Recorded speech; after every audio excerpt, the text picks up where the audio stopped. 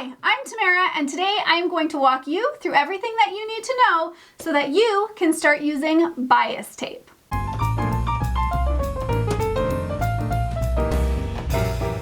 All right, so there's two different types of bias tape. There is a double fold bias tape and a single fold bias tape.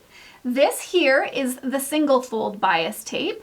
The double fold bias tape actually comes like this. So it's the same as the first one in the sense that they've folded in the bias tape, but then they've actually folded it a second time. Obviously, the double for the bias tape. The helpful thing for this is it makes great trimming for binding.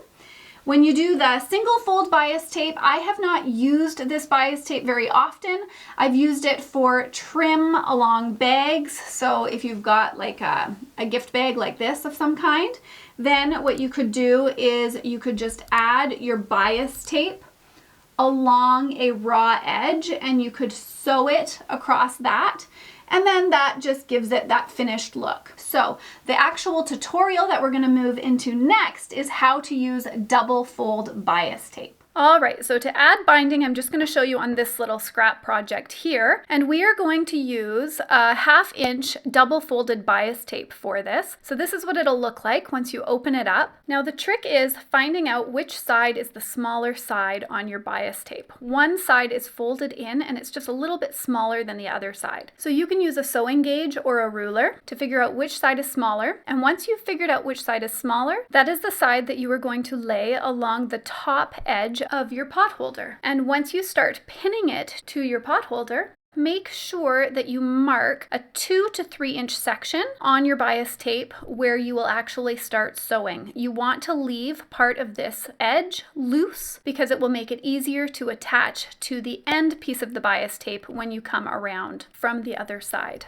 So you're only going to attach that first side of bias tape to the actual placemat itself, and then go in those 2 to 3 inches like I talked about, and here we are going to start stitching in the ditch. So do a quick back stitch and then sew all the way down until you've left yourself about 1 inch to 2 inches worth of space coming down to the bottom. And once you get close to the bottom, then you're going to take your fabric and just fold it over. That way you can create a bit of a finger crease and you'll be able to line that crease up with your corner and then sew straight to the top of that angle, pivot your fabric, and then sew right off your corner. I do like to do a little back stitch there as well.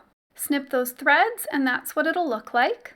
All right, so now we're at this corner and you're going to fold your fabric over the edge and then back down. Once you have done that, then add a few more of those clips. Take it to your sewing machine. Start at the very top where you see that crease on your bias tape and stitch in the ditch all the way down, doing the same thing at every corner. And just a note, I am only using black thread so that you can see what I am doing. Now we have attached the top part around our entire pot holder, and now it's time to mark in on the one side of our bias tape.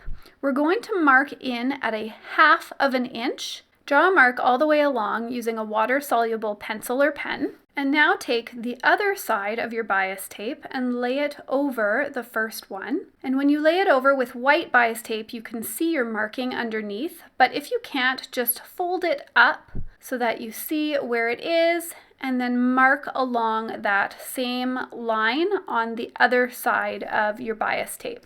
Once you've done this, then just cut another 1/2 inch above that blue line that you just marked. Then match up those seams, and this is why we left a little bit of space on both sides of our bias tape, so we have a little bit more wiggle room to match up our seams. And then we'll pin that, take it to the sewing machine, and sew straight across those marked lines that you just did. Then finish stitching in the ditch along your bias tape so that that section has been secured to the top of your pot holder. Then it's time to start flipping over all of those corners, and then we are going to start working from the back section. Take your bias tape and just fold it over the edge and clip it in place. When you use your clips, actually make sure that the bottom of your clip is facing up, because when we take this to the sewing machine, we're actually going to flip it over when we do our last and final seam. So when you get to the corner here, then take some time folding it into a point. Keep clipping and clip all the way around until all 4 points have been done. The 4th point is actually the hardest. So what can help is actually unclipping around that corner as you go along, just to give yourself a little bit of extra wiggle room to fold that 4th corner into place.